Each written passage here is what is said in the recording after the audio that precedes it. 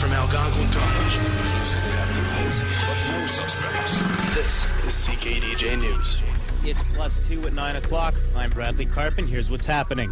Canada's chief electoral officer thinks that Parliament will test online voting by 2013. Marc Méran says online voting could increase the turnout for young voters by making the process more convenient. The young generation, I think, is used to technology. They don't like to fill those paper forms. The Liberals have already announced that online voting would be a priority if they were elected. 2 university students were kicked out of Stephen Harper's Conservative rally on Sunday in London.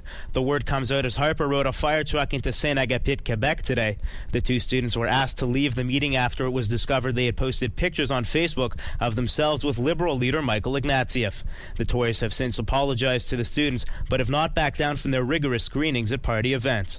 The pictures were taken last week when the Liberals held a similar rally in London.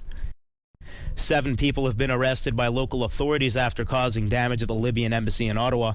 According to the police, 1 embassy employee was attacked as the group pushed its way into the embassy lobby and into non-public areas. The RCMP is still investigating, and no charges have been laid. Manitoba and Saskatchewan have announced today that they will begin clinical trials into a controversial therapy for multiple sclerosis. Health Minister Teresa Oswald warned that it could take time for patients to be signed up. If I were a person with a loved one who had MS, I would like the minister to stand up today and give the phone number of where they can call to sign up. And of course, there's no such number yet available. A time for patients to register to be potential candidates for the study will happen once the proponents are selected by MHRC. In all, the 2 provinces will be spending $10 million to see if the technique called liberation therapy actually works. An Ottawa woman has admitted she was driving drunk in late October of 2004 when she struck and killed then 20-year-old Corey Lockyer. The accident occurred on River Road just south of Hunt Club. Dominica Douris admits she was driving under the influence of alcohol. However, Douris says her driving did not cause the death of Lockyer, but instead the low light and slippery roads were to blame for the late-night crash. Hydro Ottawa spent $28,000 of taxpayers' money on Senators tickets this season. The tickets bought by the publicly funded utility were used to secure contracts for the energy provider. The money was spent on a Hydro Ottawa luxury box at Scotiabank Place and subsidized tickets for the utility's employees. The first 2 of 4 public meetings concerning the new bi-weekly garbage pickup are currently underway. The second set of meetings are slated to start tomorrow night.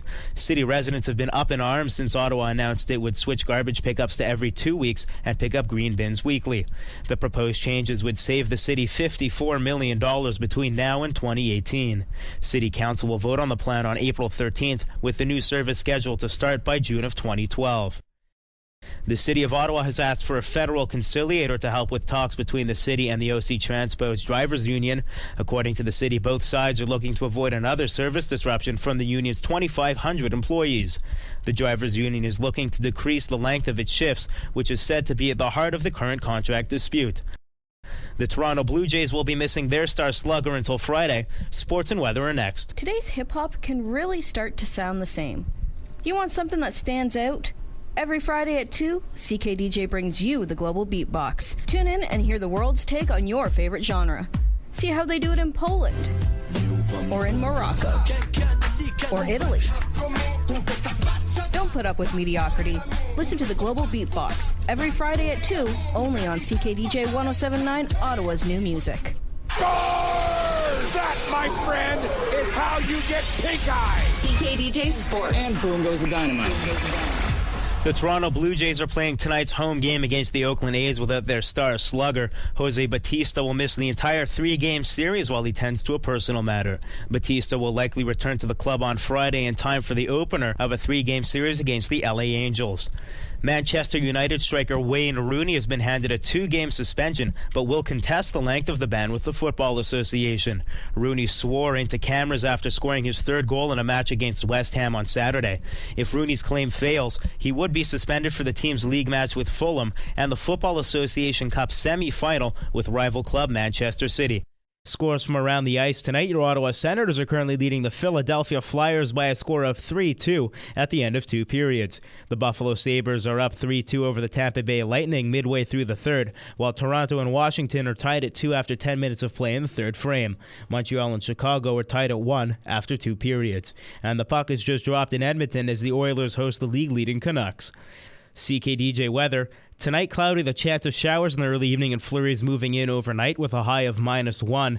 Tomorrow, cloudy with a low chance of flurries in the morning, but everything clears out for you in the afternoon, though, with a high of +5. Tomorrow night, clear with a low of -6. Right now at Algonquin College, it's cloudy and +2. I'm Bradley Karp, and that's what's happening. Now back to more of Ottawa's new music with Sean Craig on CKDJ 107.9.